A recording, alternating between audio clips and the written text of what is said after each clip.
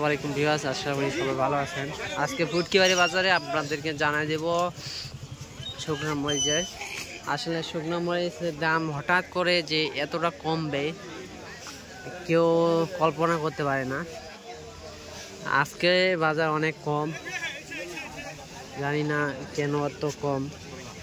আজকে বাজার হইতেছে আপনার ছেঁকা চোখমুন্দা হইতেছে আপনার যে 7,800 টাকা, 6,800, সরি 6,800 টাকা। মোটা মরিচ হইতেছে 6,600। কারেন্ট হইতেছে, কারেন্ট 1 নম্বর যেটা ওইটা হচ্ছে 9,500, 400। জিরা হইতেছে 9,000, জিরা হইতেছে 9,000, 9,100, 9,000।